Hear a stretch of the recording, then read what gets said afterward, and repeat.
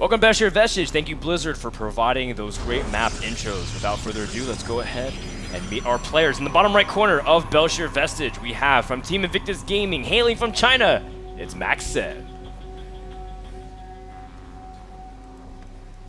And in the top left, his opponent, the red Protoss player. Not really confident in PvP, but confident in the matchup against the player. It is Sage from Root Gaming.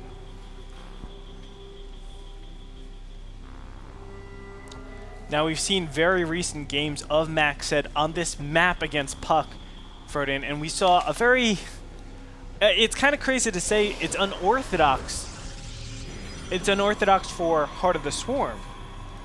But conventional for Wings of Liberty. But conventional for Wings of Liberty, yeah, that's right. It just does feel like it's Wings of Liberty play with HOTS units in a sense, where you have the Mothership core kind of mixed in. So that's why I hate to do my own honor, but I really like when the phrase I said, mix of the old and the new. Yeah, man, that's so cool. What do you think about like the old Wings of Liberty style? And if you guys don't know what the old Wings of Liberty style, it's a Colossus heavy force, and you just trickle in Archons. Robo.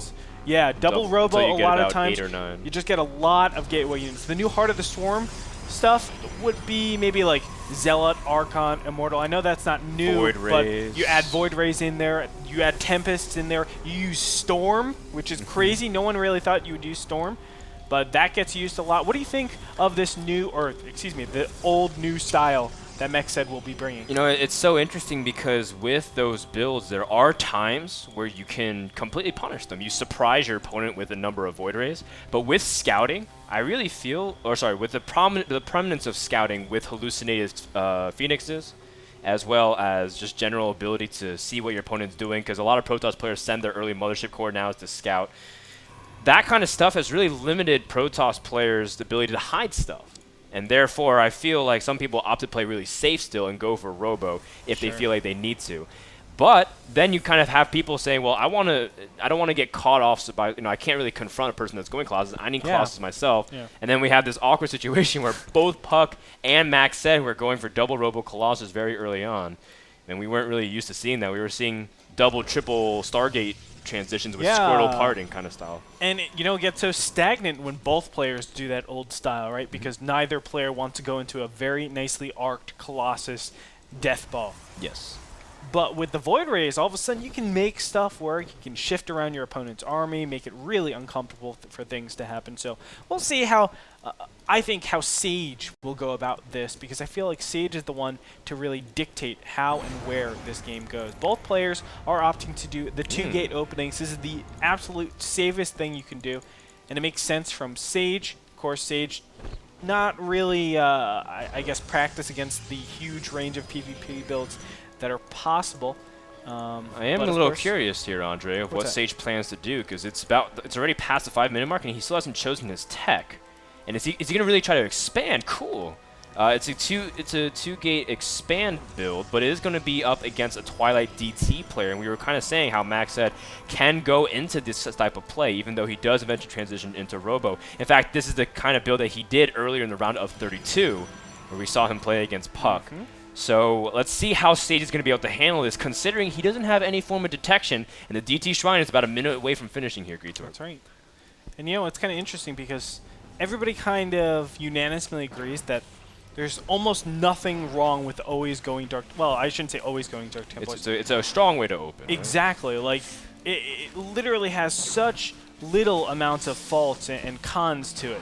Because the fact that you can turn them into Dark Templars, or Archons, because the fact that you can actually do Knight. Well, wait. I actually would have preferred him. Was that a fake, you think? Yes, I think that's a complete fake. Cool. I would have loved him. I would have loved Sage to actually go for the incoming Stalkers, but I think he's playing it a little safer, knowing that, hey, I've gotten a lot of sentries. If he has like 6 Stalkers right behind there with Blink Stalker, I might be dead, so let's not do that. So a really, really nice fake. 2 Dark Templars being warped in right now. This will be a problem for Odin. Now, Robotics Facility is... don't you think? Yeah. He should be able to force field the ramp, but his units might be caught out of position and might take a lot of damage. He needs to kind of get up the ramp. Oh, but he force fields and he misses! And Sage will lose a few probes. I thought the Robo was just finishing, but in the end he will lose a few probes, so not the end of the world, but still pretty annoying for Sage. Oh, wow. This is such good micro from Sage. He's able to minimize the damage so much. I mean, this Dark Templar wasn't able to do a lot of damage. Now, I can't say that for the units on the bottom ground. Look at that. MacSed gets out with his 2 Dark Templars. That means he can easily transform them into Archons, or he can just keep them around the map saying, if you ever push out, you need to push out with 2 Observers, because I can backstab you with some Dark Templars. It'll be so annoying. And yeah, you can warp in some Zealots, but guess what? Dark Templars do a lot of damage against any gateway units.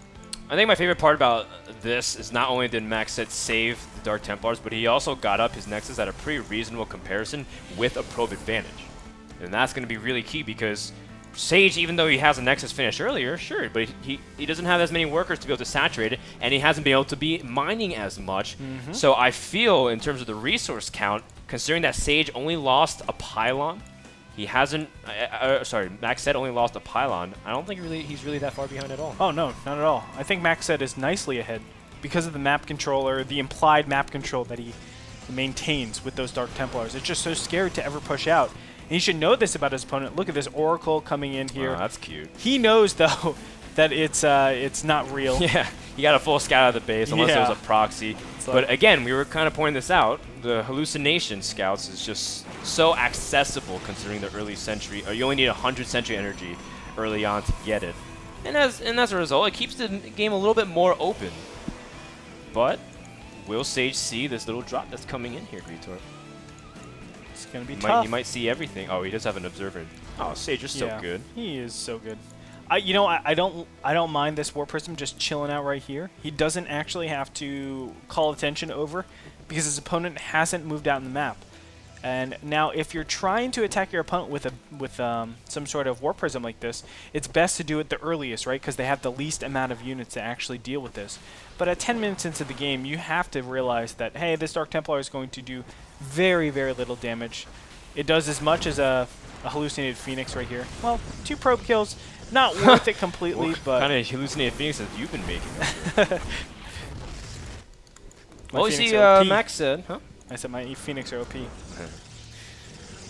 I definitely agree with that. MacSed's going to try to motion for a third base while establishing his robotics facilities. And when I say T's, I really do mean plural. He's getting a second robotics like we were talking about. Does end up favoring this kind of style. Meanwhile, Sage, he hasn't even started a robotics bay himself. He's still making immortals. And he's starting to control more of the map and scouting very aggressively. Third immortal will pop. +1 already has finished. Sage does have those things in his advantage.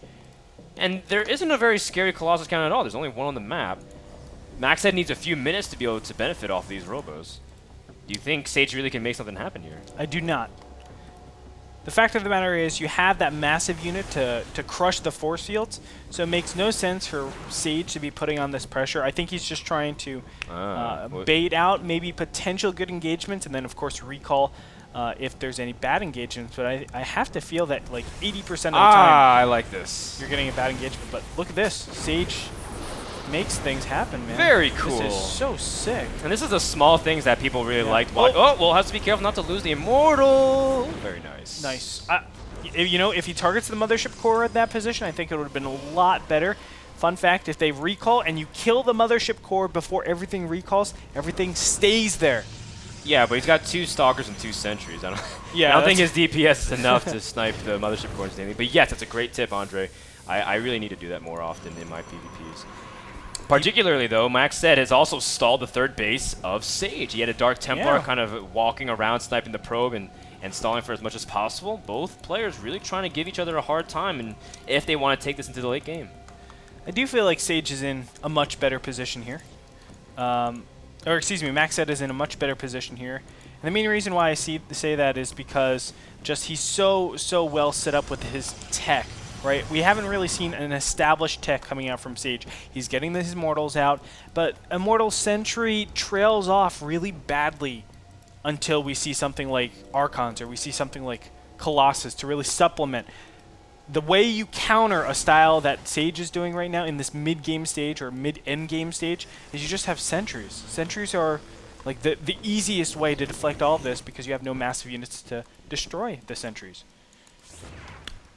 Well, we'll see how it ends up panning out. It seems like it can be really passive. And I do like what you say that the massive units, you know, they really do come into a big factor. But Sage seems to kind of be ignored. Oh, never mind. He's warping in Templars to make Archons very soon. Yes, sir. With that, he's going to try to see if he can crash the gate because he does know MacSed's third base a little bit quicker. Meanwhile, a Mortal drop. We haven't seen this in the mid game for a while.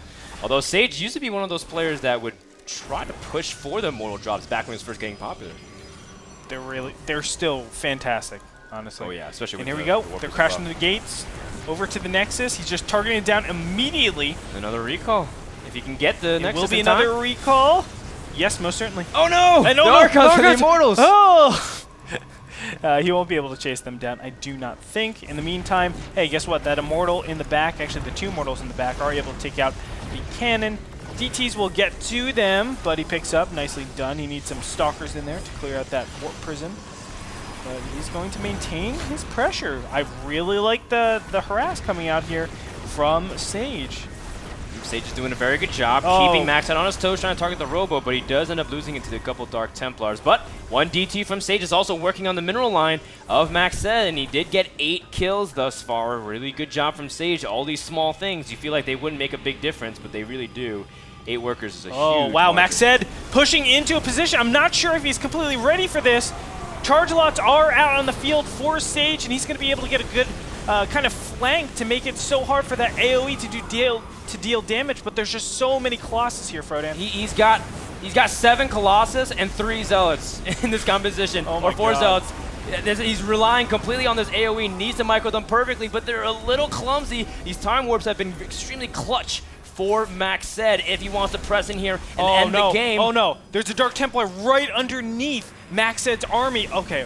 Ooh, the Observer gets there just in time, and Sage really needs to kind of mask himself for a defense. His Mothership Core is about 3 energy pieces away from a Photon Overcharge where he can try to push off the rest of the units or use it for a Time Warp. And maybe he can try to even trap the Colossus, and he does, and he wants to engage with these Immortals. How will MacSed be able to handle this? He needs more Warpins because he needs support for his Colossus units here, Greator. And more Zealots are warping in here. They're starting to work on the Colossus. 2 Colossus go down right now, but the Immortals are getting targeted. They're just too much DPS, Frodan. This is fantastic. MacSed looking great in game number 1 of this group. This is awkward. The Mothership Core of Sage was attacking the Colossus because there's a lack of anti-air.